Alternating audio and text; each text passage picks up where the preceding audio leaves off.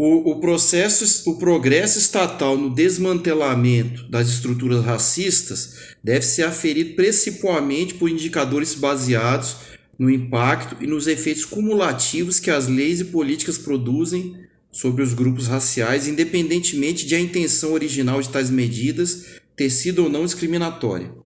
Convenção Interamericana impõe aos Estados partes o dever de prevenir e punir qualquer ação regressiva que se fundamente em critério de raça, cor ou etnia, em vez de basear-se no comportamento da pessoa e informações objetivas.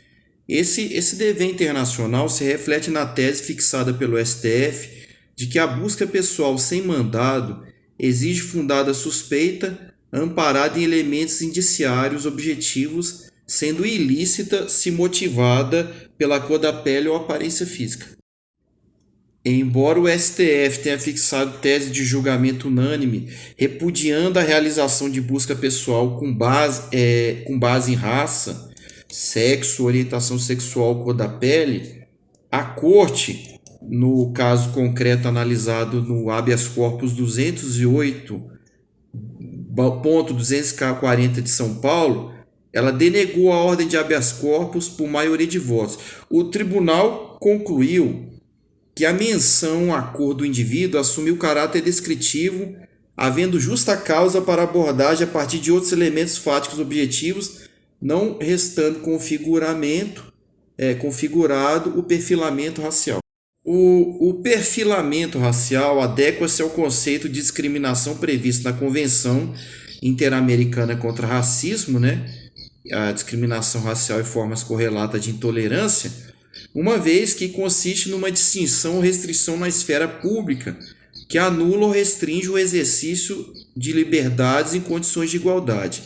Na jurisprudência do STF, a busca pessoal baseada unicamente em filtragem racial, sem o amparo de evidências objetivas de posse de corpo de delito, ela viola a Constituição e os compromissos assumidos internacionalmente pelo Brasil.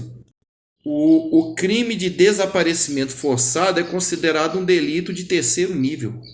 O crime de desaparecimento forçado é considerado um delito de terceiro nível. O habeas corpus não pode ser suspenso porque constitui uma garantia judicial indispensável para a proteção dos direitos e das liberdades asseguradas pela Corte, CADH. Em caso de extrema vulnerabilidade, é possível equiparar uma pessoa com HIV à condição de pessoa com deficiência, nos termos da Convenção da ONU sobre os Direitos das Pessoas com Deficiência. Convenção Americana de Direitos Humanos, CADH. A dimensão objetiva consubstancia-se no caráter organizacional e procedimental das normas, impondo ao Estado o dever estrutural de garantir os direitos por meio da organização de seu aparato governamental para prevenir, investigar e punir toda violação, possuindo o aspecto institucional paridade de condição com o aspecto individual. A responsabilidade internacional do Estado não se restringe à sua jurisdição territorial estrita, abarcando a obrigação de devida diligência para adotar as medidas necessárias à prevenção de violações de direitos humanos no exterior, perpetradas por comparações privadas sobre as quais o Estado pode exercer influência normativa ou por meio de incentivos econômicos. Os restaurantes populares são equipamentos fundamentais da política de assistência social, garantindo acesso universal à alimentação adequada e segurança alimentar a pessoas em situação de vulnerabilidade. O direito ao transporte consta no rol dos direitos sociais da Constituição Federal, podendo ser considerado um direito meio. O transporte público e a mobilidade urbana são a materialização do direito à cidade, funcionando a tarifa como barreira de acesso, o que fomenta a discussão sobre a tarifa zero universal passe livre. A violência obstétrica, que possui uma dimensão estrutural e institucional, atinge um grupo amplo, fluido e indeterminado de pessoas, razão pela qual se pode falar em violação de direitos coletivos lato sensu. O racismo obstétrico opera em múltiplos eixos de desigualdade que se reforçam mutuamente, inclusive por meio da negação de direitos reprodutivos e da obstaculização a uma assistência respeitosa e equânime. A prática de atos aporofóbicos agride valores fundamentais da sociedade, como a dignidade da pessoa humana e o objetivo de erradicar a pobreza. O emprego da arquitetura hostil caracteriza uma prática higienista que tolhe de pessoas em situação de rua, idosos, jovens e outros segmentos da população o direito à cidade e é por isso vedado pelo Estatuto da Cidade. O STF já reconheceu que as condições de vida da população em situação de rua no Brasil constituem um estado de coisas inconstitucional. Consideram-se difusos os direitos transindividuais de natureza indivisível de que sejam titulares pessoas indeterminadas e ligadas por circunstâncias de fato. Direitos individuais homogêneos são aqueles decorrentes de origem comum. A Defensoria Pública tem legitimidade para propor ação civil pública. Em casos envolvendo direitos difusos, uma sentença de improcedência pode ter eficácia erga omnes. Em casos envolvendo direitos coletivos estrito sensu, uma sentença de improcedência por falta de provas não tem efeito ultra partes. Nas ações coletivas, pode-se falar em coisa julgada secundo evento litis. Em ação coletiva envolvendo direitos individuais homogêneos, uma sentença de improcedência não faz coisa julgada material, exceto quanto aos lesados que tenham intervido na ação. Somente mediante lei estadual distrital específica poderá ser atribuída a responsabilidade solidária ao alienante pelo pagamento do IPVA do veículo alienado, na hipótese de ausência de comunicação da venda do bem ao órgão de trânsito competente. Nas obrigações tributárias, a criação da obrigação acessória depende de previsão em lei. A instituição de tributos não contemplados expressamente na Constituição Federal exige a edição de lei complementar federal. Isenção tributária. O despacho que reconhece o direito à isenção tem em princípio natureza meramente declaratória, assim mesmo que não tenha sido renovado o pedido nem o despacho de reconhecimento e por isso seja lançado o tributo desconsiderando a isenção, pode o interessado arguí-la utilmente em impugnação ao lançamento. O artigo 22 do Código Penal ele trata da coação moral irresistível, a vis compulsiva, a qual se constitui em grave ameaça feito pelo coator ao coato, exigindo deste último que pratique lesão a um bem jurídico pertencente a outra pessoa, sob pena de sofrer um mal injusto, irreparável, excluindo-se a culpabilidade. A suspensão condicional da pena, o sursis, é cabível nos casos de crimes e contravenções penais praticados no contexto de violência doméstica, desde que preenchidos os requisitos legais.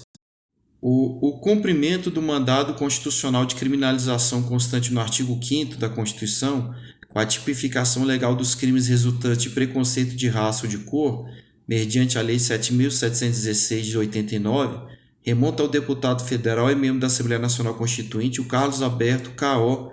de Oliveira Santos, importante figura na luta antirracista no Brasil e responsável pela redação da referida lei. Comete injúria qualificada o profissional de advocacia que, durante os debates em plenário do Tribunal do Júri, ele dirige supostas ofensas homofóbicas ao parquê, desde que dissociadas da função por este desempenhada. Então, a sexta turma do STJ ela entendeu pela necessidade de verificar a pertinência entre as palavras injuriosas e a atividade do profissional de advocacia. A Lei 14.532 de 2023 promoveu importantes alterações na Lei 7.716 de 89, que define os crimes resultantes de preconceito de raça ou de cor, dentre as quais se incluem a causa de aumento referente ao denominado racismo recreativo, e bem assim as hipóteses de crimes praticados por funcionário público, conforme definição prevista no Código Penal, no exercício de suas funções ou a pretexto de exercê-las. A interdição, perda do cargo, função ou emprego público constitui efeito automático da condenação pela prática dos seguintes crimes: crime de tortura, crime de lavagem de capitais e organização criminosa, mas não no crime resultante de preconceito de raça ou de cor. É um objetivo da Defensoria Pública afirmar o Estado democrático de direito. É função institucional da Defensoria Pública, entre outras, representar os sistemas internacionais de proteção dos direitos humanos, postulando perante seus órgãos. A Defensoria Pública atua como instrumento de efetivação dos direitos fundamentais, buscando a concretização da igualdade material. Embora o conceito de necessitado seja inicialmente relacionado à hipossuficiência econômica, há outras hipóteses de atuação defensorial quando se verificam outros tipos de vulnerabilidade, como no caso de mulher vítima de violência doméstica. Da Defensoria Pública, a prerrogativa de se comunicar pessoal e reservadamente com os assistidos presos ou detidos, ela não depende de prévio agendamento. A comunicação pessoal e reservada com seus assistidos é prerrogativa do defensor público, devendo ser viabilizada inclusive quanto a assistidos presos, mesmo quando conduzidos para audiências ou outros atos formais. O defensor público ele não pode utilizar a independência funcional com a pretensão de justificar recusa de atuação decorrente de objeção de consciência. A previsão constitucional da Defensoria Pública é cláusula pétrea e se caracteriza como norma de repetição obrigatória pelas constituições estaduais, limitando os poderes constituintes derivados tanto reformador quanto decorrente. O Constituinte brasileiro adotou expressamente o Salaried Staff Model, cabendo à Defensoria Pública a assistência jurídica integral e gratuita dos necessitados.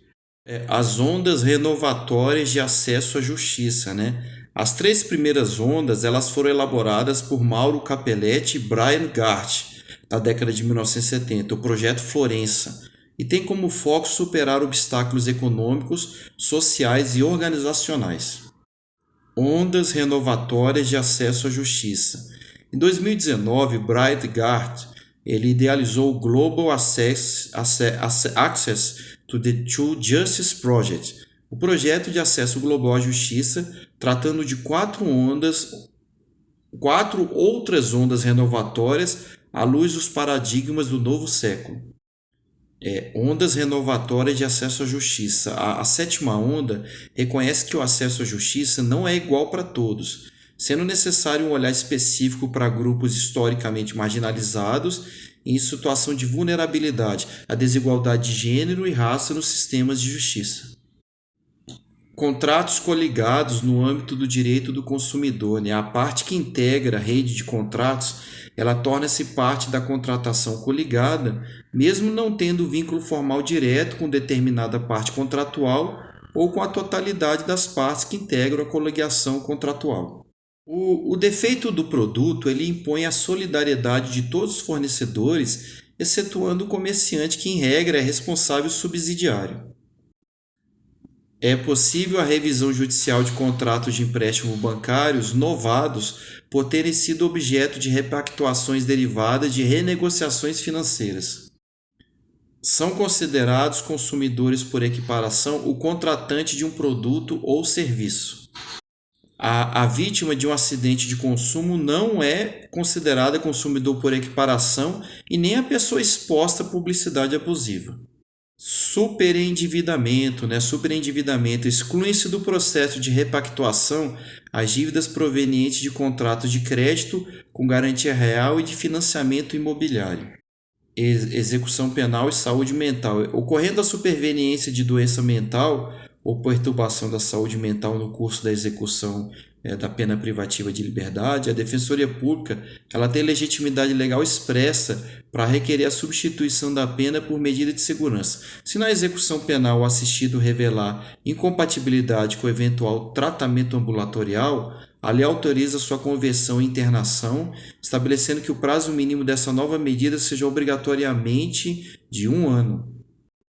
Lei de execução penal, constitui falta grave a prática de fato previsto como crime doloso, que, quando ocasiona a subversão da ordem ou disciplina internas, sujeitará o preso provisório ou condenado nacional ou estrangeiro, sem prejuízo da sanção penal, ao RDD, o regime diferenciado, com duração máxima de até 2 anos, sem prejuízo de repetição da sanção por nova falta grave de mesma espécie.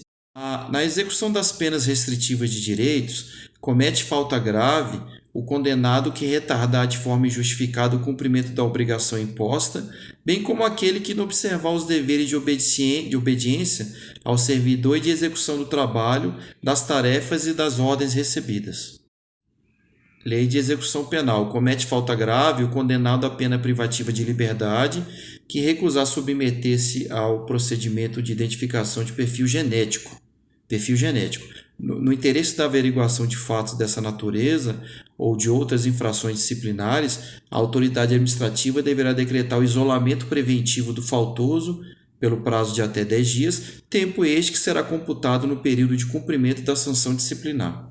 As visitas ao preso submetido ao regime disciplinar diferenciado, ou RDD, serão quinzenais, limitadas a 2 pessoas por vez, com duração de 2 horas, admitindo-se a visita de terceiros não pertencentes à família apenas mediante autorização judicial. Tais visitas ocorrerão em instalações que impeçam o contato físico e serão gravadas em sistemas de áudio ou de áudio e vídeo, sendo a fiscalização do encontro por agente penitenciário condicionada à prévia autorização judicial. Pelo novo pacote anticrime, uma pessoa comprovadamente reincidente na prática de crime hediondo, sem resultar morte, ele precisará preencher o requisito objetivo temporal correspondente ao cumprimento de 60% da sua pena para obter a progressão para um regime menos rigoroso, além de demonstrar os requisitos subjetivos exigidos em lei. Constitui falta grave a recusa do condenado em submeter-se ao procedimento de identificação do perfil genético mediante extração de DNA. Na execução das penas restritivas de direitos, comete falta grave o condenado que retardar de forma injustificada o cumprimento da obrigação imposta ou descumprir injustificadamente a restrição determinada. Constitui falta grave a prática de fato previsto como crime doloso e, caso ocasione subversão da ordem ou da disciplina internas, sujeitará o preso provisório ou condenado ao regime diferenciado, RDD, sem prejuízo da sanção penal correspondente. No bojo de procedimento para perda ou suspensão de poder familiar, na hipótese de os genitores encontrarem-se em local incerto ou não sabido, a citação se dará por edital no prazo de 10 dias, em publicação única, sendo expressamente dispensado o envio de ofícios para sua localização. Lei do SINASE, Lei 12.594/2012, sobre a execução de medidas socioeducativas.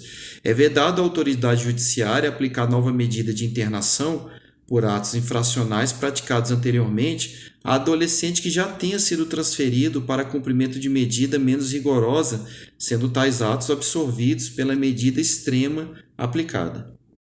Marco Civil da Internet, a lei isenta as plataformas de remover conteúdo gerado por terceiros sem ordem judicial, independentemente de quem notifica. Estatuto Digital da Criança e do Adolescente, a lei do 15.211 de 2025. A autorização para download de aplicativos em lojas virtuais dependerá de consentimento dos responsáveis, sendo expressamente vedada a presunção de autorização na hipótese de ausência de manifestação dos responsáveis. A Crowdsourced Constitution é uma nova forma de democracia e de participação popular por meio das redes sociais. A Constituição Fundamento consiste na reivindicação de que a Constituição é a lei fundamental não somente de toda a atividade estatal e das atividades relacionadas ao Estado, mas também de toda a vida social. A Constituição Dúctil é um modelo de Constituição que exprime a necessidade de que ela acompanhe a perda do centro ordenador do Estado e reflita o pluralismo social, político e econômico.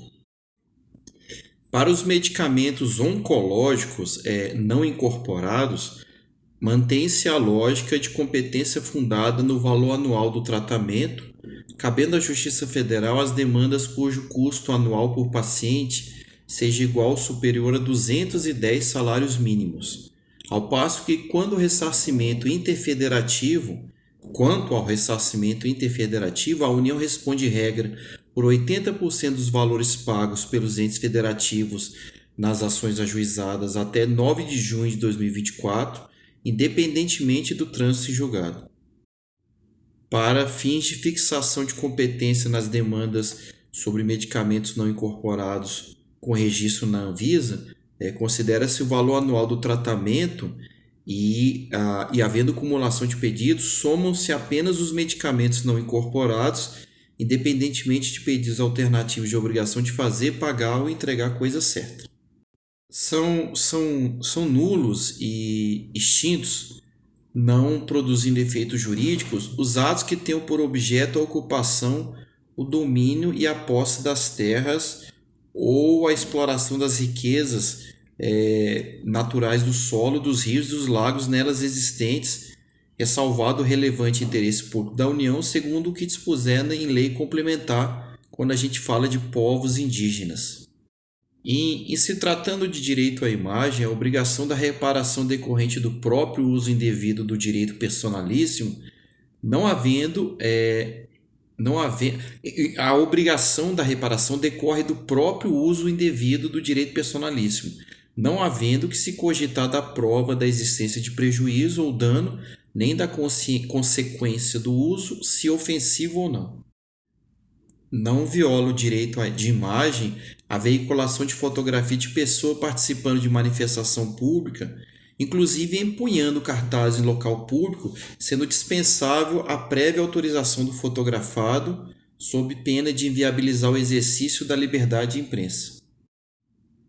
É inexigível o consentimento de pessoa biografada relativamente a obras biográficas, literárias ou audiovisuais, sendo por igual desnecessária a autorização de pessoas retratadas como coadjuvantes ou de familiares, em caso de pessoas falecidas ou ausentes.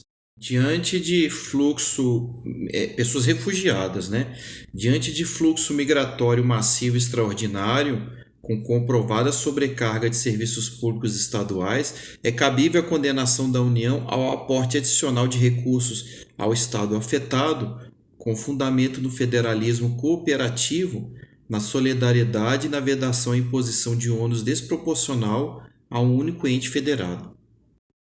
É inconstitucional e inconstitucional lei estadual que proíbe os órgãos policiais ambientais de destruir e inutilizar bens particulares apreendidos em operações por violação da competência privativa da União para legislar sobre direito penal e processual penal, para editar normas gerais de proteção ao meio ambiente e por afronta ao direito ao meio ambiente ecologicamente equilibrado. É constitucional, formal e materialmente, lei municipal que obriga a substituição de sacos e sacolas plásticas por sacos e sacolas biodegradáveis.